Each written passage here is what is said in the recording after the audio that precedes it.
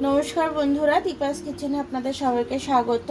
আজকে আমি পেঁয়াজি বানাবো, তার জন্য কি কি লাগে দেখে নিন। এখানে একটু বেসন নিয়ে নিয়েছি। সবার প্রথমে আমার নুন লাগবে, নুনটা দিয়ে দিলাম আমি। একটু লঙ্কার গুঁড়ো দিয়ে দিচ্ছি, ঝাল ঝাল না হলে ভালো লাগে না। একটু কালারের জন্য হলুদ দিয়ে দিচ্ছি। একটু বেকিং পাউডার দিয়ে দিলাম, বেকিং সোডা না। তো এটাকে আমি সম্পূর্ণটা মিশিয়ে নেবো খুব ভালো করে। মিশিয়ে নিয়ে এবার আমি জল দেব, অল্প অল্প করে জল দেবো, নাহলে গুটলি পেকে যাবে আবার। এটা ব্যাটারটা গোলা হয়ে গেছে। এবার আমি ফ্রাই প্যানে তেল দিয়ে দেবো। এখানে আমি পেঁয়াজ দিয়ে দিয়েছি। বর্ষাকাল, পেঁয়াজি খেতে খুব ভালো লাগবে মুড়ি দিয়ে। এই জন্য আমি এরকম ছাড়া ছাড়া করে পেঁয়াজি ভাজছি, নাহলে ভিতরে কাঁচা থেকে যায়।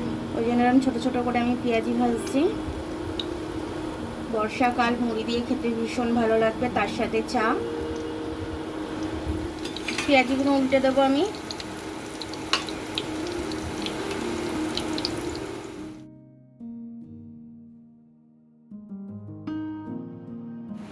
পেঁয়াজিগুলো আমার হয়ে গেছে।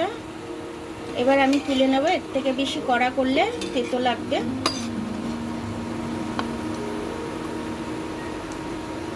তেলটা ভালো করে ঝারিয়ে আমি তুলছি।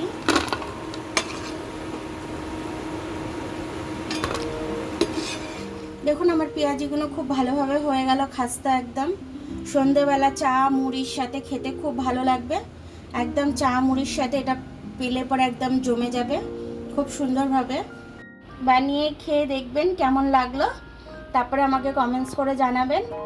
আমার ভিডিওটা দেখার জন্য অনেক অনেক ধন্যবাদ। আমার ভিডিওটা যদি পছন্দ হয় তাহলে লাইক, সাবস্ক্রাইব, বেল আইকনটা একটু টিপে দেবেন। আর যদি ফেসবুক থেকে দেখেন তাহলে লাইক আর ফলোটা একটু করে দেবেন। আবার কাল দেখা হবে নতুন রেসিপির সাথে। ততক্ষণ আপনারা ভালো থাকবেন, আমি আসছি।